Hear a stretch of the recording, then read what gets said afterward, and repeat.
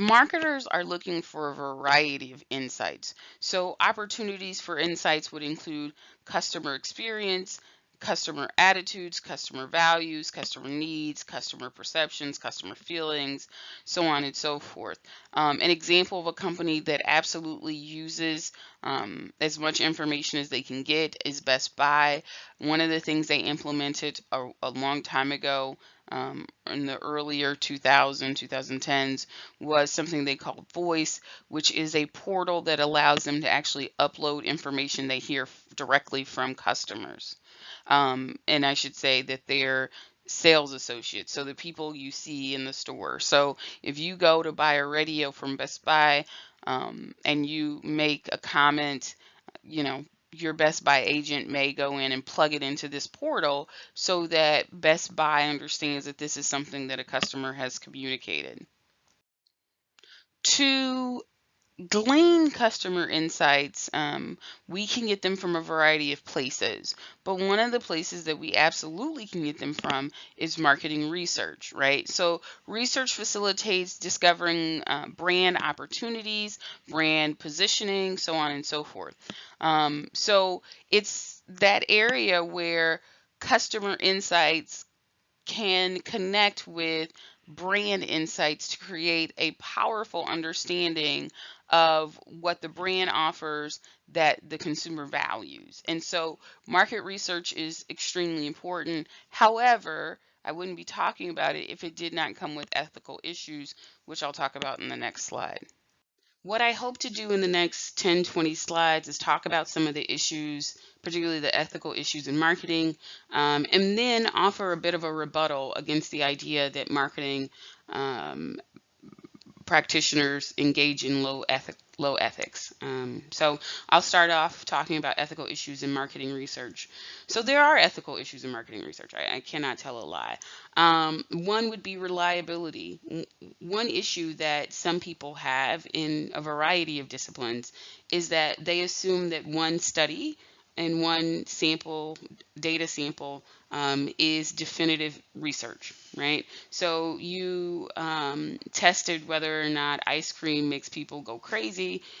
You got positive results. So you saw a positive relationship between eating ice cream and going, uh, I don't want to use the word crazy, and let's say going wild. And so now you want to publish that data and tell the world, or this kind of thing.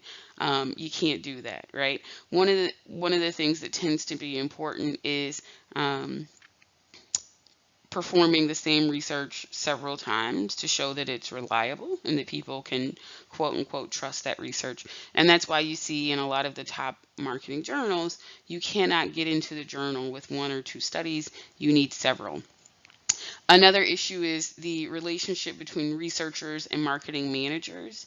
So if you go and work for a consumer insights team, right? So a lot of companies have these, whether it's tobacco companies, whether it's candy companies, so on and so forth.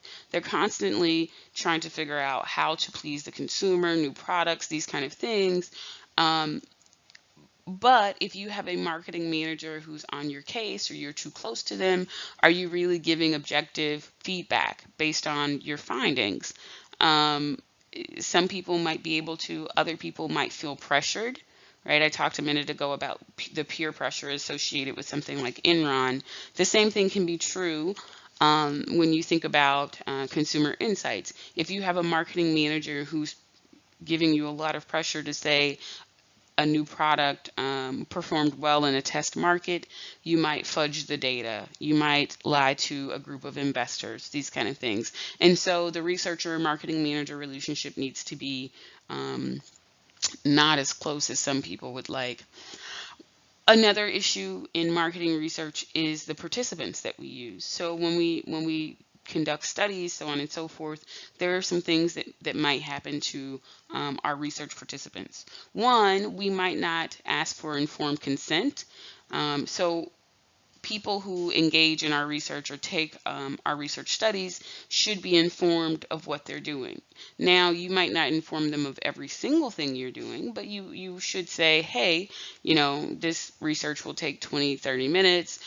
There is some level of fear appeal in this research. So if you're doing something to scare people, or this research is about candy, whatever it is, you need to kind of inform the consumer.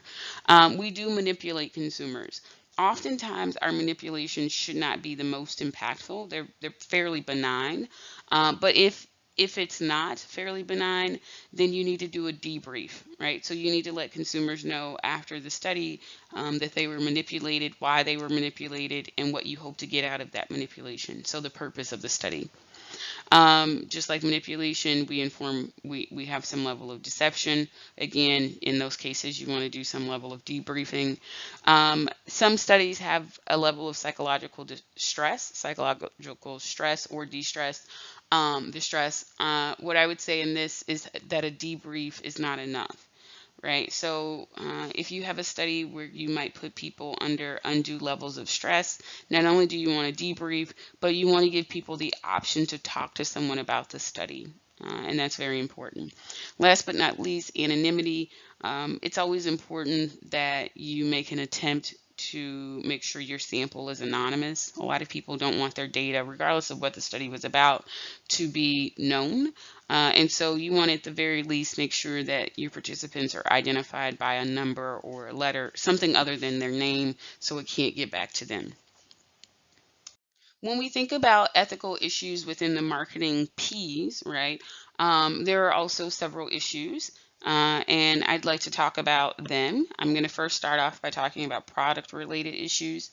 So product-related issues would be things like pollution, product warranties, planned obsolescence, product quality and safety, and fair packaging and labeling. And what I'm going to do is I'm going to pick a few of those and go through them. Pick a few of these issues and talk about them a little bit more in depth.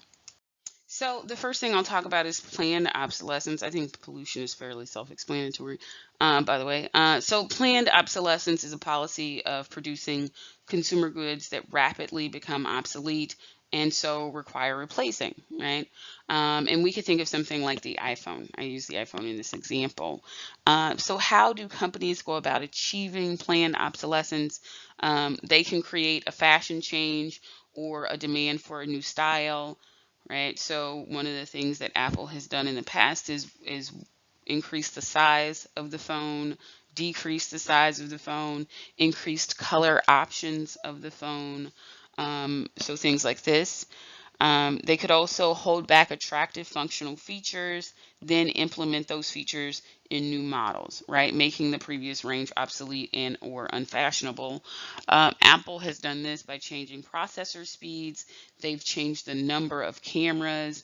They've changed the privacy settings. So on some phones, you use your thumb. On other phones, you use your face, right? So biometrics to get into the screen. They've changed. Did I already mention they've changed the number of cameras? What else have they done? You tell me what else they've done.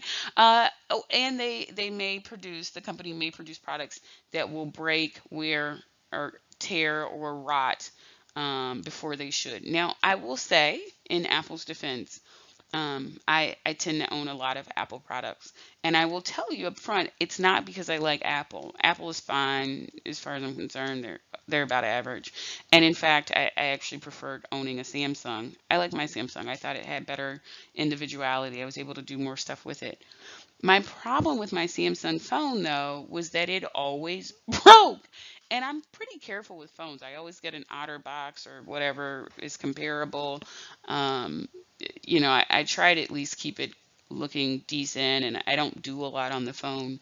But my Samsung would always break before the contract ended. So I've never had a Samsung, and I've had Samsungs for years that lasted more than, I don't know, 12 months. And so finally, I want to say like, sometime during my PhD program, so like 4 or 5 years ago, three years ago, something like this, I just to forget it, I went and got a iPhone, and for the most part, my iPhones are lasting me at least 3 years. I had an iPhone 6. It broke because of some updates that they did. Now that's one thing I don't. That's one thing that I think Apple does that creates planned obsolescence. They have these software updates, and depending on your phone, it could completely ruin it. And so There was an update last year, completely ruined my phone, so I had to upgrade. Anyway, that's my own bitter rant. Let me keep going. H.L. Micken has a saying that no one ever went broke underestimating the intelligence of the American public. You could apply that to something like the iPhone, right? People who own an iPhone 11 or a 10 or whatever are standing in lines forever, willing to pay $1,000 plus to get a new iPhone. People tend to go crazy over these products. It's pretty interesting. At the same time, I think a counter argument to Mr. Menken's quote here is that, who wants a 20-year-old phone? So sure, Apple could create a phone that lasts for 20 years, but I would argue that while a few consumers might want that phone, the average consumer would not. Um, One, the technology that will have passed in 20 years is just ridiculous, right? I mean, the technological advancement in a year is ridiculous, let alone 20. The style of the phone, these kind of things will change, and consumer demand will insist that they do, right? That's just kind of how it works. You're not here, but I just had a major freak out because I thought this wasn't recording. Oh my God, I almost had a heart attack. All right, so the next thing I'll talk about product quality and safety. So we'll start with this idea that most manufacturers want to produce quality goods. Why is that true? Because if they produce goods that aren't quality goods, then it might damage their reputation, right? However, if they produce quality goods, it might help their reputation. If you produce goods that are not quality goods, you might have conflicts with consumer groups and regulators. I mean, we know that the average consumer is willing to take to social media to tell all the business, to spill all the tea, right? So you really don't want to produce goods that are terrible because people go straight online and let their people know, and their people let other people know, right? And it could end up on something like Reddit, which has millions of viewers, or on Yahoo News, who takes information from Reddit and creates newspaper articles, this kind of thing. You could have product liability lawsuits. So in America, we've seen product liability lawsuits. Right now, there are some really big lawsuits around fertilizer. Some people are getting cancer because of fertilizer. You see these massive lawsuits with massive amounts of money attached to them. In some other countries, I won't name those countries, but I guess there's nothing wrong with naming those countries. So in some other countries, I'll give an example of China. There have been issues with unreliable products or poor quality products. They've had some issues where the product actually might kill people. I know they did this with. I think there was an issue with toothpaste at one point. There's been an issue with dog food, so on and so forth. But my point was that um, in some countries like China, if your company is found liable for producing unsafe goods, um, you can be sentenced to death, right? And I think there are some ethical arguments there, both for and against. Both for and against. Let me be clear. But that is something that happens. And last but not least, you probably will have unsatisfied customers. One question that begs to be answered is how consumers or the public or public policy makers, the government, so on and so forth, define the term unsafe. So I'll give you an example. Um, some people have said that soda is unsafe because it leads to obesity, right? That it causes this overindulgence. So when marketers are promoting, and in some cases aggressively promoting, things like soda, they're aggressively promoting overindulgence, and they're doing so to uninformed, ill-informed, or unwary customers, meaning customers who are just willing to take the information and go with it, right? So they're not the most informed consumers. They don't understand the link between soda and obesity, or diet soda and obesity, or diet soda and gut health, these kind of things. The pushback to that, though, is that soda manufacturers and soda marketers are satisfying the wants of consumers by offering products that that consumers desire, that kind of stimulate their taste buds while letting consumers make their own consumption choices. I know that when it comes to soda, and I have to be honest, um, I really like soda, right? I really happen to like Pepsi. I really like 7 Up. Oh my God, my favorite is ginger ale. And so what I try to do is limit my soda intake. So for me, soda has become a treat rather than a norm. And I try not to have soda in my house, although this week I haven't been feeling well, so I had some 7 Up to settle my stomach. Too much information. Anyway, anyway. Anyway, um, the question becomes: Are people trying to, or is the government and nonprofits and some regulators, are they trying to police public taste? Right? Should soda be taken off the shelf, like some people say, or is that too much? Is it just better to just kind of inform consumers and let them police themselves? You could expand this argument to a lot of things. People make the exact same argument about fast food. People make the exact same argument about tobacco. How do you define unsafe? And at one point, are we really policing consumers in areas and in ways where maybe the government shouldn't be policing consumers? Again, I think this is an area where there are valid arguments on both sides. I'm not here to debate either side. I'm just here to inform you of issues related to marketing. Similarly, when we think about fair packaging and labeling, when you have product labels, you want them to be both transparent and simplistic. One of the things I mentioned last week is this idea of numeracy, that some people who have maybe lower level math skills tend to have a lot of problems when it comes to reading nutrition facts panels, understanding nutrition facts, so on and so forth. And in fact, a lot of them will just not pay attention to it because they don't want to deal with numbers, right? This is the average consumer. And so, of course, again, if that's the case, you do want these labels to be both transparent and simple for the average consumer. When it comes to warning labels, there are some different questions, and I'll talk about those on the next slide. Oh, I guess, wait, before I move on to the next slide, I should say when we look at the original nutrition facts label versus the new nutrition facts label, they've done things to make it appear to be more simplistic, right? So they increased the size of the calorie information, right, to help consumers. They increased serving size information in terms of the font of serving size information, and they've also bolded that information, right?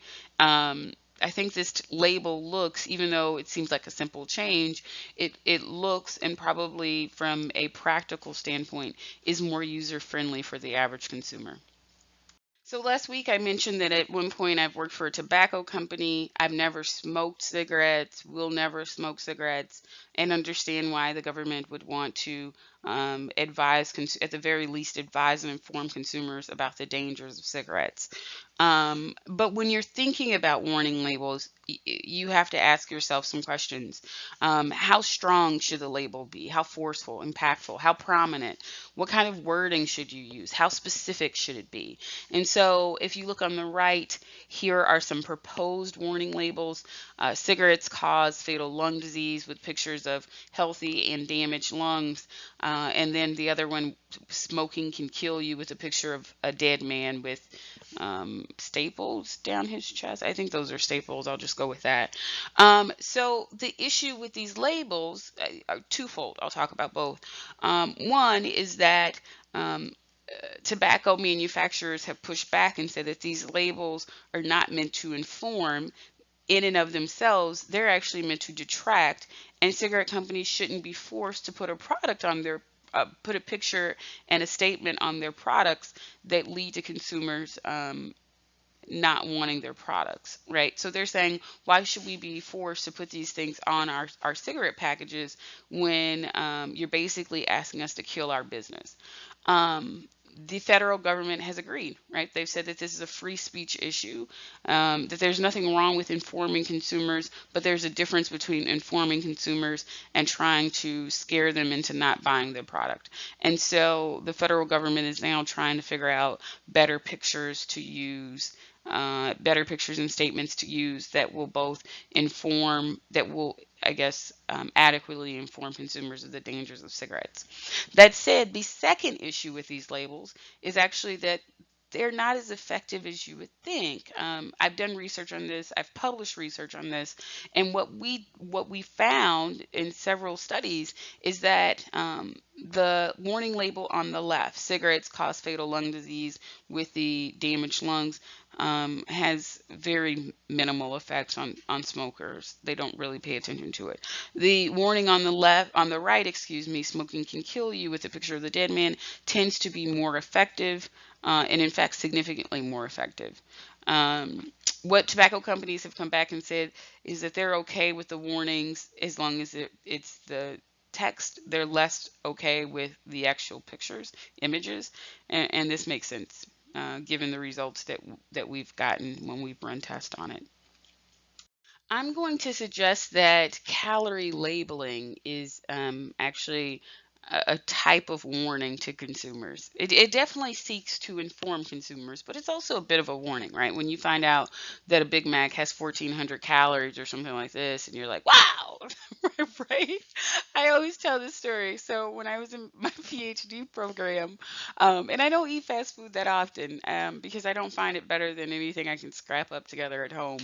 Uh, that tends to be true of most places, actually. Anyway, when I was in my PhD program, one day I didn't leave the building until like midnight, right? So I was working on my dissertation, which ended up being, I don't know, 250 pages, something like this. I'm analyzing some data. It takes forever. I don't get out of the building until midnight.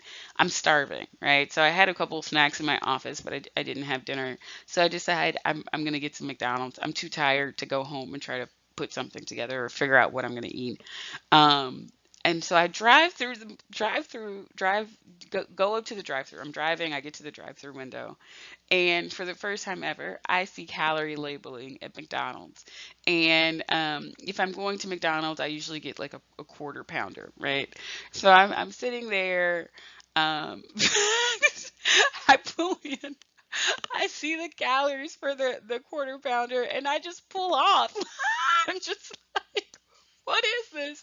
Oh my God, this is terrible. I can't eat that. And so I just pull off. And I still laugh at that because since then, I've absolutely eaten McDonald's. Specifically in Detroit, I primarily eat McDonald's when I go to the airport. So in the morning, if I'm traveling, usually I don't have time for breakfast, so I'll just get something from McDonald's. But I still laugh at that. Anyway, research has shown, though, that putting calorie labels on menus has little to no effect on consumers' ordering behavior. So there have been a ton of studies, and what they tend to find is that in a lab, so if you're in a lab where consumers are making a decision, and you're having them look at calorie information, they will absolutely say something like, "Oh, I would never get that Big Mac. It's too many calories."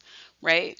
But what they find in the real world is that's just not true. So after McDonald's put their calorie labeling, after Panera put their calorie labeling up, consumers just don't pay attention to calorie labeling. They just don't care. Now, you can kind of come up with your own rationale as to why that's true.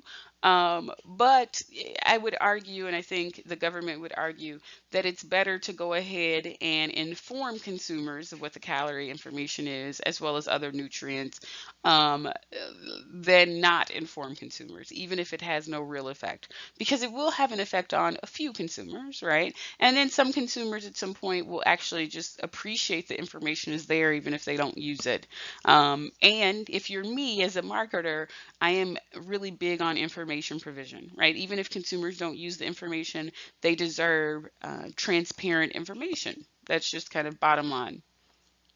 But again, FYI for you, calorie labeling has had no effect on consumers' behavior, no effect on what they choose to eat.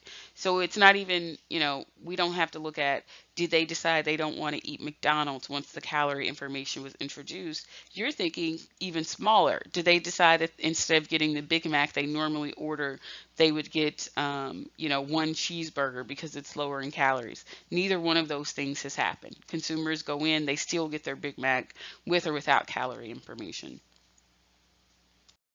In terms of ethical issues associated with price, you could have price fixing, right? Price fixing controls the market price, or the supply or demand of a good or service, right? So essentially, it's when competing sellers agree to maintain a certain price.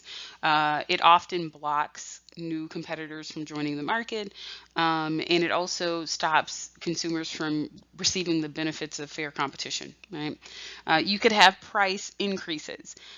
So price increases in bad circumstances. So, for example, there may be people who increase the price when they know that a good is scarce. So, for example, during the hurricane season, they may increase the price of water. So, typically, a bottle of water is, let's say, $1.59.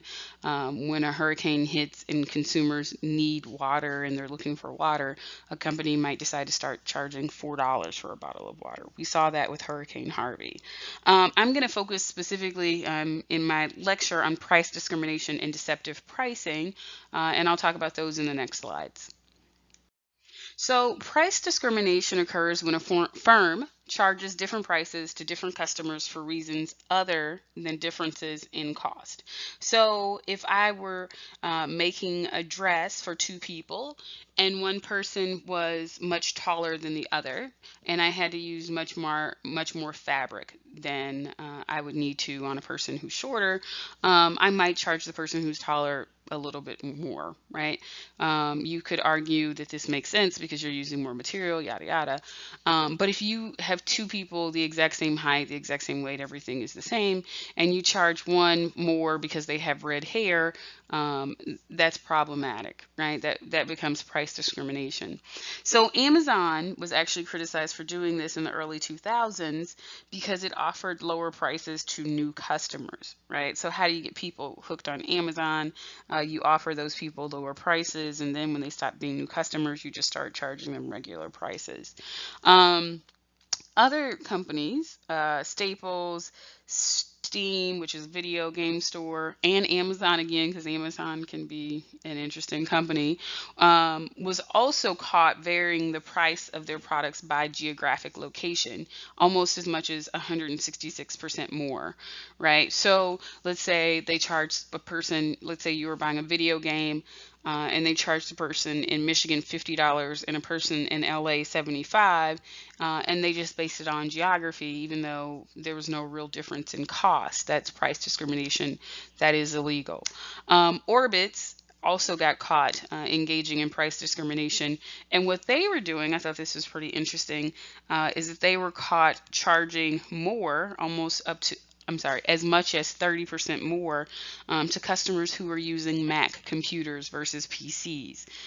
Their rationale, if I remember correctly, was that people with Mac often have more money. Haha, jokes on them. And so they were charging more money. This is illegal. It's also problematic, and it is an ethical issue when it comes to price and marketing. So, deceptive pricing occurs when a seller states prices or price savings that mislead consumers or are not actually available to consumers. So, a competitor might do something like claim prices that are lower than their competition, right? So, they might say, we have TVs for $199, while our competitors' TVs start at $299, even though it's the same TV. And then you get there and they don't actually have televisions for $199. That is deceptive pricing. Deceptive pricing also occurs when people say they're going out of business. I've lived in locations, or at least visited locations, where people would have going out of business signs up for years, as in they've been going out of business for 15 years now. That is deceptive. Bait and switch, when you lure customers into the store for a very low price, but the item is just not there. And so instead, you offer them a more expensive product. So this happens a lot. Um, when you think about Black Friday, right? So I would say 5 years ago, a decade ago, um, all the big retailers would put out Black Friday ads, and they would say something like, we have this 52-inch television, and we're selling it for $250, right? Now what they are obligated to do, and what they will do, because they've just had so much consumer backlash, is, Walmart, Target, whoever will say up front, we only have X number of these available in the store, or a limited quantity, because you get 500 people, or, that's an exaggeration, maybe 50 people who are standing in line to get that television, but the store will only have three. Um, I'll give you another example that I think is also deceptive, and that's stores like J.C. Penney's or Kohl's. So these stores have a sale virtually every weekend, and every weekend they claim it's some new sale, right? When if you really look at their pricing, the pricing doesn't really change that much. But they're always saying this is the lowest price sale of the week of the year, and yada yada yada, and just kind of this constant sale situation. I think is somewhat deceptive. Again, looking at ethical issues within the 4P framework, we have to talk about promotion strategy and promotion. There are so many ethical issues that come up with this strategy. Bait and switch advertising, false and deceptive advertising, misleading advertising, promotional allowances, marketing to vulnerable consumers, sex-based advertising, you name it. I'm going to speak to a lot of these, not all, but a lot of these in the next few slides. So I mentioned marketing to vulnerable consumers. We could talk about a lot of groups as vulnerable consumers. So in certain instances, minority consumers are vulnerable. In certain instances, women can be vulnerable consumers. In certain instances, men can be vulnerable consumers. High school, elderly people, you name it. Every group has the opportunity to be vulnerable, or classified as a vulnerable consumer, and there are plenty of companies who take advantage of that. Specifically, though, here I'm going to talk about children. It's probably selling to children is problematic, right? One, they don't necessarily understand the intention to sell. So when they see advertising, they may see it as something interesting, fun, so on and so forth, but they don't understand that they're being persuaded as much as an adult would. They also don't understand the fine print. So things like batteries not included, which sounds like a small thing, but it adds to the price of the product, and it increases frustration oftentimes for parents. Optional accessories, right? So now we know that when people play video games, it often costs a lot of money to not only buy the video game, but to buy accessories within the video game. They don't understand the health consequences of certain advertising, which I'll talk about in the next slide. Um, when you're marketing to kids and they see Coca-Cola, or they see Cocoa Puffs, or um, Lucky Charms or whatever, the values being promoted tend to be kind of interesting, right? So maybe I gave bad example. Let me give better examples. When they see examples of, monster trucks being promoted, or really expensive clothing, or really expensive jewelry, essentially those advertisers are promoting materialism, which is something we may not want to have promoted to our young children. And then there is some family conflict, right? Kids don't realize that they're being persuaded, like the advertisers are intending to persuade, yet they still are persuaded, right? They buy into whatever advertisers are targeting, and it can cause family conflict. I remember going up to my mom plenty of times after watching TV and saying, I want X. Well, maybe my mom's not going to buy X, and you see this conflict. So I talked about this idea of unhealthy or healthy consequences, or unhealthy consequences associated with advertising to children. One way that companies have started advertising to kids right now is through the use of advert games.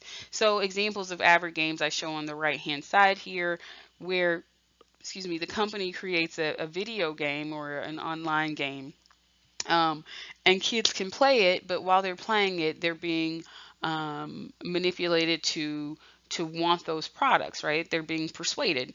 A kid plays a game with Chester Cheetah, and it's about finding Cheetos. Yeah, the kid eventually is going to want Cheetos. If they're playing something like Oreo Land, yeah, the kid is eventually going to want Oreo games.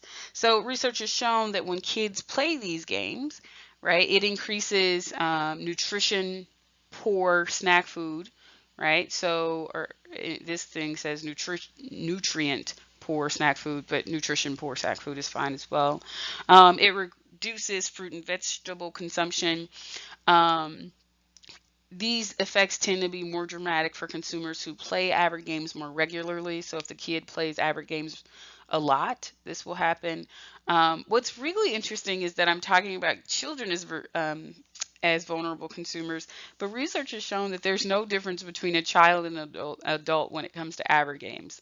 So if you as an adult play Oreo Land, or you play Doritos Dash of Destruction, I think that's what that says, you too will want more snack food and less fruit and vegetables. However, if you or a kid plays healthy food avid games, it actually increases fruit and vegetables, or increases fruit and vegetable consumption. Um, the issue though is who is going to make fruit and vegetable avid games? Who's going to make healthy food avid games? A lot of companies aren't going to, right? The people who manufacture or grow broccoli aren't trying to make a broccoli avid game, right? Oftentimes these products are made in interesting places and farmers and lots of things going on, and they don't really have a reason to make avid games. So who will do it? Who's going to step in and do it? And the argument against saying, hey, the government is going to do it, is that you have to ask yourself, again, is it the government's role to completely try to police these things? And should the government be spending money on something like healthy food avid games? Kind of an ethical question there. So another issue that falls under the promotion umbrella, ethical issue that falls under the promotion umbrella, is marketing stereotypes. Marketing advertisements often promote stereotypes, whether it's gender, racial, weight related, socioeconomic status, disability, LGBTQ, religion, non religious, so on and so forth. I like on the left side of the screen, you see these ads that try to counter these stereotypes, right? So the one in the top left hand corner, run like a girl, dance like a girl, sing like a girl, kick like a girl, fight like a girl. The one right next to it, I'm slow, but I'm lapping everyone on the couch, right? Trying to fight this weight and age related stereotype. And then the one on the bottom, you got to love this. Are you man enough to be a nurse? At the end of the day, we know that we need more men in nursing. Research has shown this to be true as consumers become older, as they become larger, so on and so forth, as patients, I should say. It's good to have men in those roles. It's also a pretty decent career choice at a time when men as a whole um, seem to be on the decline when it comes to these type of kind of established careers. But I would argue, like these ads on the left show, we do see some marketing that is trying to fight stereotypes. I thought I would include a few more. So in the left-hand corner at the top, you see this play set where it's a play kitchen, right? And you see both a boy and a girl who are both in the play kitchen. I would argue this wouldn't have happened 50 years ago. Right under that, you see an ad for a soccer mom who rides a Harley, right? So she's a Harley soccer mom. 50 years ago, again, you would not have seen that. This idea that this woman could be a soccer mom and also an avid Harley enthusiast. I mentioned in class, I think last week, about this idea that men now are featured in ads when it comes to childcare. And you see that in this ad. Dads don't take sick days. Dads take NyQuil, right? The ad on the right hand side. I really want to pull your attention to the ad in the middle. So this was actually very controversial when it came out. I think it came out at the end of 2017, Women's Running. It was controversial because they're featuring an overweight runner. And a lot of people came in and weighed in and said, hey, I don't think it's right that you feature an overweight runner. And other people came back and said, just because someone's overweight doesn't mean that they don't exercise or participate in exercising, and or that kind of putting this woman on the cover won't inspire more people to pick up running. But we do see this. We see um, ad or advertising and marketing that is targeting um, typically stereotyped groups. Okay, this is my last example of marketing stereotypes, I promise. I talked about the overweight runner that was featured in women's running. Now I'll talk about the UK version, United Kingdom version of Cosmopolitan, which featured Tess Holliday on its cover. I believe this was last year. Tess Holliday is an plus size model. Um, when you look at social science research. So an article came out, I believe, at the beginning of this year. Actually, I know it is. You can look at the article. I put the link at the bottom here. Americans' unconscious bias on the basis of sexual orientation and race dropped dramatically over the past decade, but bias against people based on body weight has increased. What does that look like? Um, well, what they found in their research is that sexual attitudes have changed about 33% in the last decade. So people are less likely to be biased against people whose sexual orientation is different than they were a decade ago. Similarly, racial attitudes, unconscious bias when it comes to racial attitudes has dropped about 17%, and skin tone attitudes about 15%. But from about 2004 to 2010, body weight bias has increased by about 40%, which means people tend to be more biased against overweight people. So when Tess Holliday was on the cover of Cosmo, this was a really big deal. And what we saw was a ton of backlash, right? So, yes, you did see some people who were like, oh, this is awesome, body diversity, yada, yada, yada. But you saw a lot of people who were tweeting Tess Holliday, who were tweeting Cosmo and saying, you shouldn't put her on the cover, you shouldn't glamorize this, yada yada yada. And it's really interesting that UK Cosmo decided to do this knowing that that weight related bias is increasing. You could argue that maybe they're trying to play a part in decreasing weight related bias, or you could also argue that maybe they're just trying to get more people looking at the magazine. I mean, I'm not cynical, but we could say it's either one.